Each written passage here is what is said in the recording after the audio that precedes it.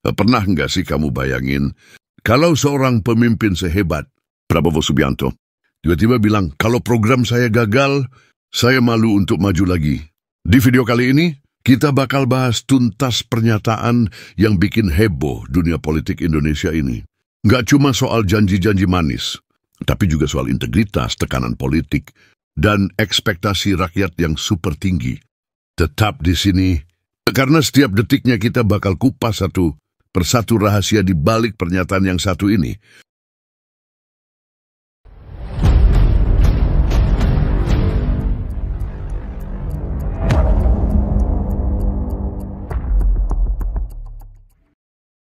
Oke, sebelum masuk ke inti pembahasan, mari kita tarik nafas sejenak dan lihat latar belakangnya. Prabowo Subianto yang sudah nggak asing lagi di dunia politik, merupakan figur yang selalu penuh kontroversi dan inspirasi. Dari perjalanan politiknya yang penuh lika-liku, mulai dari karir militernya hingga perjalanannya menjadi ketua umum Gerindra, Prabowo selalu menunjukkan tekad yang kuat untuk melihat Indonesia menjadi negara hebat sejak kecil. Nah, di momen HUT ke-17 Gerindra di Sentul, Jawa Barat, ada momen yang bikin geger. Dalam sebuah sambutan yang penuh semangat, Prabowo diseru oleh para kadernya untuk kembali dicalonkan sebagai calon presiden pada Pilpres 2029. Tapi, responsnya, kalau program saya tidak berhasil, nggak usah saudara calonkan saya terus. Saya, kalau mengecewakan rakyat, saya malu untuk maju lagi. Wah, udah bisa bikin penasaran kan? Bayangkan seorang pemimpin yang seberani ini malah mengakui bahwa keberhasilannya terukur dari seberapa besar kepercayaan rakyat yang berhasil ia raih. Jadi apa sebenarnya arti malu itu dalam dunia politik? Yuk, kita gali lebih dalam. Ketika Prabowo bilang, saya malu untuk maju lagi jika mengecewakan rakyat, ada banyak mana yang bisa kita bedah. Pertama, pernyataan ini adalah refleksi dari rasa tanggung jawab yang besar terhadap kepercayaan publik. Di balik kata malu, terdapat komitmen bahwa seorang pemimpin harus selalu mengutamakan kepentingan rakyat. Bisakah seorang pemimpin yang sudah berpengalaman dengan segala kekuatan politiknya benar-benar rela mundur jika program kerja yang dijalankannya tak memenuhi harapan? Di dunia yang serba kompetitif ini, pernyataan tersebut bukan hanya soal integritas, tapi juga soal keberanian untuk menerima konsekuensi dari setiap kebijakan yang diambil.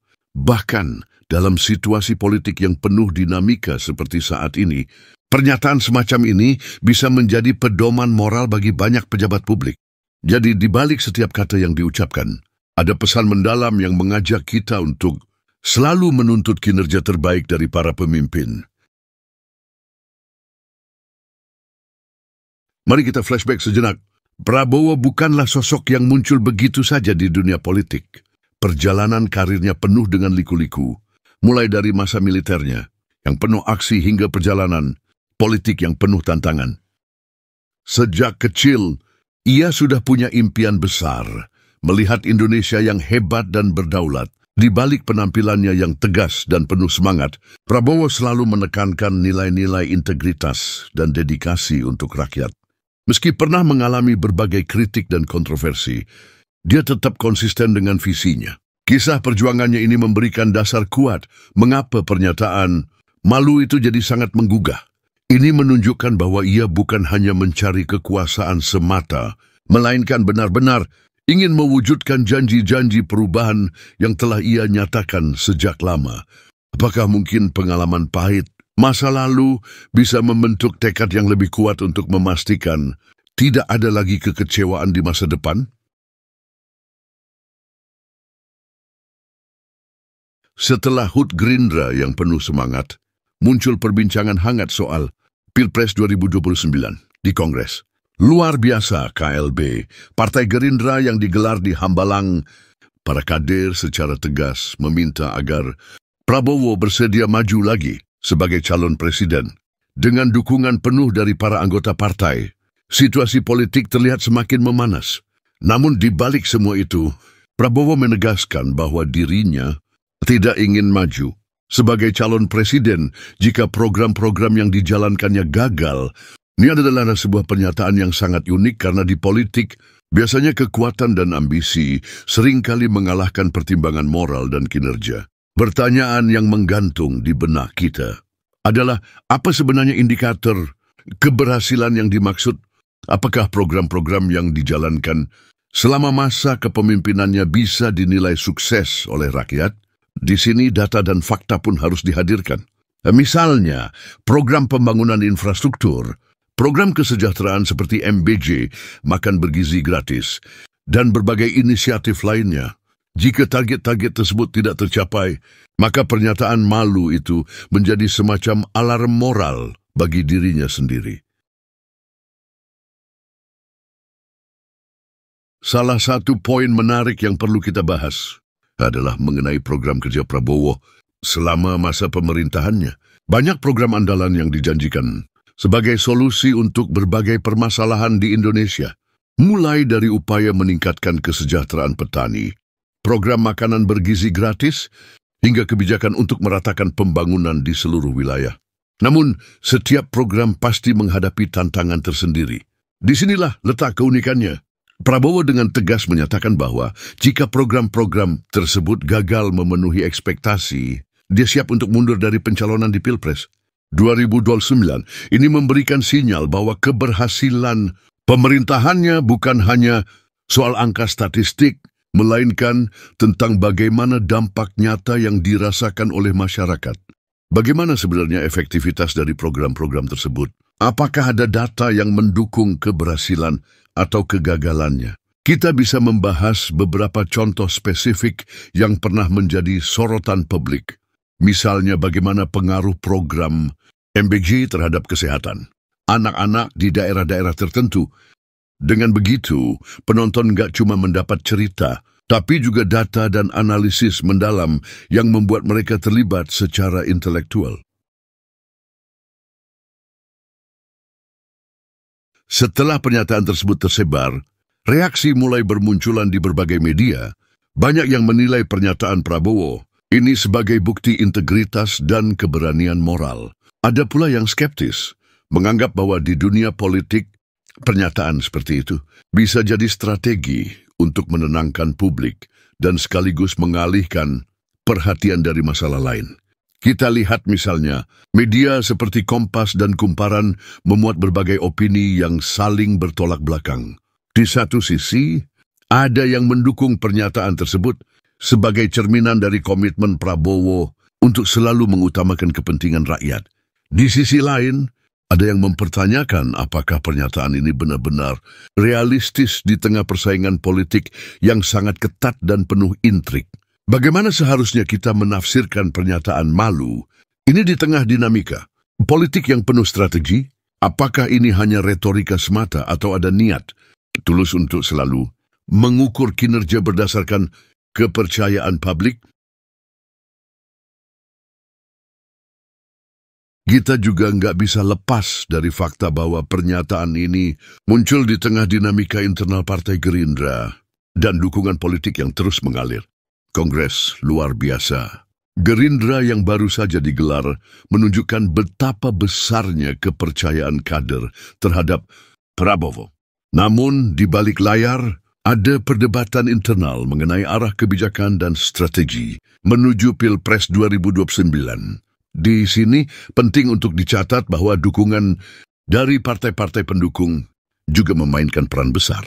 Dukungan yang datang dari berbagai elemen partai memberikan tekanan tersendiri, sehingga pernyataan jika program gagal, saya malu, bukan hanya persoalan personal, tetapi juga mencerminkan ekspektasi kolektif dari basis partai dan para pendukungnya. Apakah tekanan internal ini justru menjadi modal bagi Prabowo untuk terus berinovasi atau justru bisa menjadi beban yang mempersulit realisasi program-programnya? Analisis mendalam tentang dinamika partai dan koalisi ini bisa membuka wawasan baru tentang bagaimana politik praktis bekerja di balik layar. Sekarang mari kita lihat ke depan. Apa arti semua pernyataan ini bagi Pilpres 2029? Jika Prabowo benar-benar menetapkan standar kinerja yang sangat tinggi, Maka calon presiden di masa depan, apakah dia sendiri atau figur lain akan berada di bawah tekanan yang sangat besar untuk selalu membuktikan keberhasilan programnya. Hal ini bisa menjadi presiden baru dalam dunia politik Indonesia. Daripada terus-menerus bertarung dengan slogan-slogan kosong, pernyataan ini menekankan bahwa kinerja nyata dan dampak terhadap rakyat adalah ukuran utama kepemimpinan. Bayangkan, jika semua calon pemimpin di masa depan memiliki standar seperti ini, maka politik Indonesia bisa berubah menjadi arena yang benar-benar mengutamakan hasil nyata, bukan sekadar janji kampanye. Namun tantangan tetap ada, terutama di tengah sistem politik yang kompleks dan persaingan antar partai yang kadang penuh intrik. Untuk menambah kedalaman pembahasan, kita juga akan melihat beberapa studi kasus dan data pendukung. Misalnya, bagaimana program MBG yang pernah diterapkan di beberapa daerah. Data menunjukkan bahwa di wilayah-wilayah tertentu, program ini telah meningkatkan angka kesehatan dan prestasi sekolah anak-anak. Tetapi di sisi lain, ada juga wilayah yang belum merasakan manfaat, maksimalnya karena kendala logistik dan birokrasi. Penting banget untuk kita cermati. Keberhasilan program-program tersebut tidak hanya bergantung pada niat baik, tetapi juga pada implementasi lapangan dan dukungan seluruh elemen masyarakat.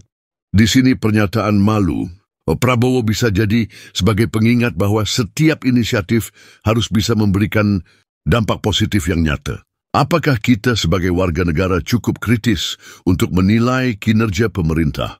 Dan apakah dukungan politik bisa terus berlanjut tanpa adanya evaluasi yang jujur? Data dan studi kasus seperti ini mengajak kita untuk berpikir lebih kritis.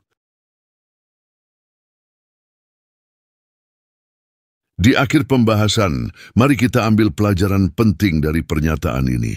Di dunia yang penuh dinamika politik, kejujuran dan integritas adalah aset berharga yang jarang ditemui. Pernyataan Prabowo bahwa ia malu jika mengecewakan rakyat bukan sekadar kata-kata, melainkan sebuah komitmen untuk selalu menempatkan kepentingan rakyat di atas segalanya. Pesan moral yang bisa kita ambil adalah bahwa setiap pemimpin harus selalu siap menerima konsekuensi dari setiap kebijakan yang diambil. Keberanian untuk mengakui kegagalan dan belajar dari kesalahan adalah kunci untuk membangun pemerintahan yang benar-benar berpihak pada rakyat. Apakah kamu setuju bahwa integritas seperti ini harus jadi standar bagi semua pemimpin? Yuk, kita diskusikan bareng di kolom komentar. Jadi, teman-teman, itulah ulasan mendalam tentang pernyataan mengejutkan Prabowo soal pencalonan Pilpres 2029. Dari awal cerita yang penuh dengan ambisi dan perjuangan, hingga analisis tentang apa arti malu bagi seorang pemimpin, semuanya menggambarkan betapa kompleksnya dunia politik Indonesia. Kalau menurut kamu, pernyataan ini adalah bentuk komitmen nyata atau justru strategi politik semata? Tulis pendapat kamu di kolom komentar, karena setiap suara itu penting untuk memperkaya diskusi kita. Jangan lupa untuk like video ini. Jika kamu merasa informasi dan analisis yang kami sajikan bermanfaat, subscribe channel kami dan aktifkan notifikasi, karena kami selalu menghadirkan video-video terbaru seputar berita dan analisis politik terkini yang pastinya bakal mengupas tuntas setiap dinamika dan isu hangat di negeri ini. Terima kasih sudah menonton dan sampai jumpa di video selanjutnya.